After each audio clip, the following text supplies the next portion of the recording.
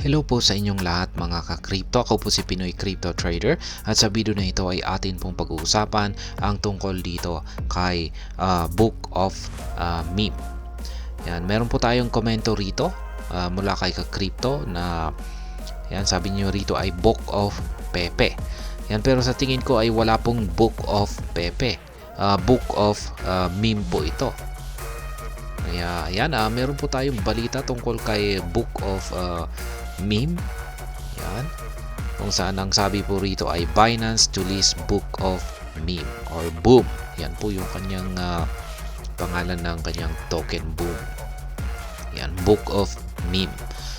Kaya yan, sabi rito ay meron pong plano itong si Binance na ilista itong si Book of Meme. Yan, kung pag nangyari po ito ay talagang makakaranas po ng isang matinding pag-angat sa presyo itong si Book of Meme. Kaya yan, bago po tayo magpatuloy ay nais ko lamang po munang bigyang linaw ang aking disclaimer kung saan ang nilalaman po ng video na ito ay hindi po ito isang financial advice. For education and information purposes lamang po ang layunin nito.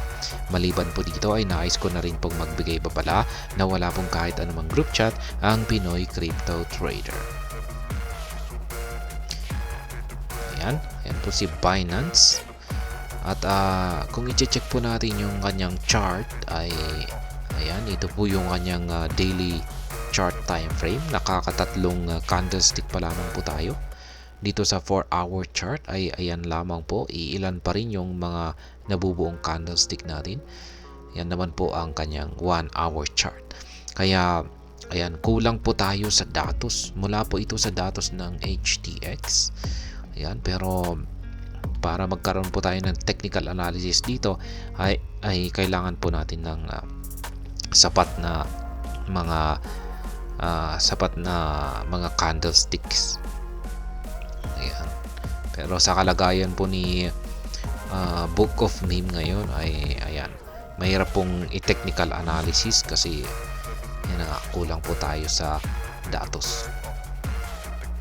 Ayan, balikan na po natin ang balita dito. Yan, sabi dito ay an attached press release revealed that the asset will have the platform's seed tag applied and will not open for spot trading on Saturday at 12:30 UTC.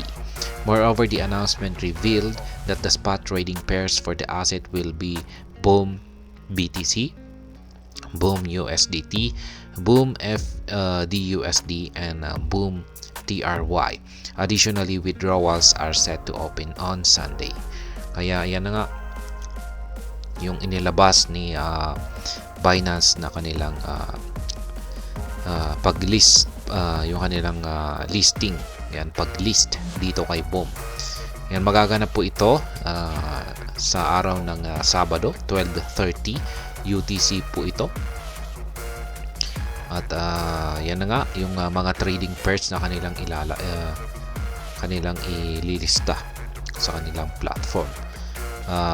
Boom BTC, Boom USDT, Boom FDUSD at saka Boom TRY. Yan yung mga available pairs. Kaya yan.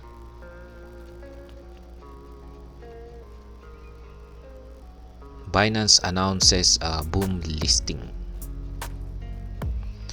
Binance described Boom as a project set to redefine Web3 culture by amalgamating memes. Yan. Additionally, it noted that the asset is seeking to encapsulate the ever-evolving meme culture within a digital compendium. Conversely, the platform has warned users of the price volatility that is to be expected with a relatively new asset. Kaya yan po ang dahilan kung bakit naisipang ilista ni Binance itong si Boom. Yan, kasi meron pong paniniwala itong si Binance sa project na ito na ito raw ang siyang magre-redefine sa Web3 culture ng mga memes. Kaya yan, pero nagbigay po sila ng babala sa lahat po ng mga users or mga investors or dito kay Boom na maaari pong makaranas ito ng price volatility sapagkat bagong-bago pa lamang po ito na digital asset or crypto pag sinabi po nating price volatility ay pwede po itong mabilis na umakyat or mabilis na rin itong bumagsak ng malalaking presyo. Ayan po ang babala ni Binance. Pero yan na nga, nung nakabili po tayo ng BOM, yan, bago ang listing dito kay Binance ay ayan, aasahan po natin na ito ay magre-resulta ng pag-angat sa kanyang presyo. Kaya ayan po si BOM or tinatawag na Book of Meme. At hanggang dito na lamang po tayo sa video na ito mga ka-crypto. Sana po ay inyong nagustuhan ang aking paliwanag sa video na ito. Kung inyo po itong nagustuhan, pag-click lamang po ang like button nito. Para naman po sa mga bago lamang dito, kayo po ay aking inaanyayahan para mag-subscribe. Pag-click na rin po ang bell icon nito dahil ito po ang siya magsisilbing notification nito sa mga bago kong videos na akin pong ina-upload sa aking YouTube channel na ito. Marami pong salamat sa panonood. Ingat po tayo lagi at God bless po sa ating lahat.